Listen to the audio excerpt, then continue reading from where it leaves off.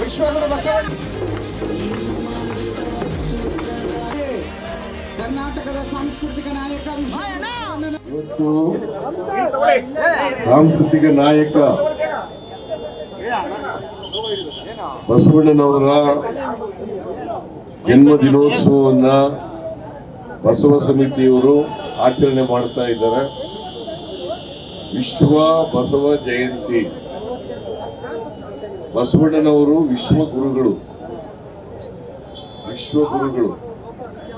ಅದರಿಂದ ಅವರನ್ನ ಬರೀ ಸಾಮಾಜಿಕ ಕ್ರಾಂತಿ ಮಾಡಿದ್ರು ಅಂತಲ್ಲ,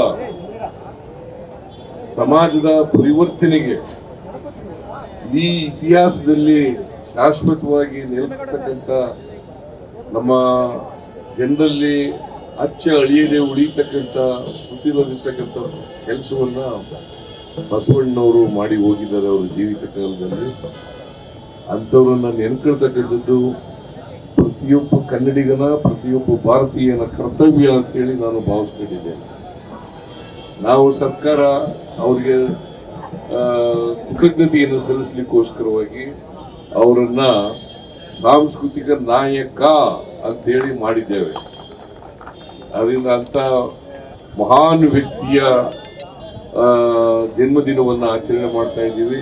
ಈ ನಾಡಿನ ಜನತೆಗೆ ಒಳ್ಳೇದಾಗಲಿ, ಶುಭ ಆಗಲಿ, ಅವ್ರನ್ನ ಗೌರವಿಸ್ತಕ್ಕಂಥ ಕೆಲಸ ಮಾಡೋಣ ಅಂತ ಹೇಳಿ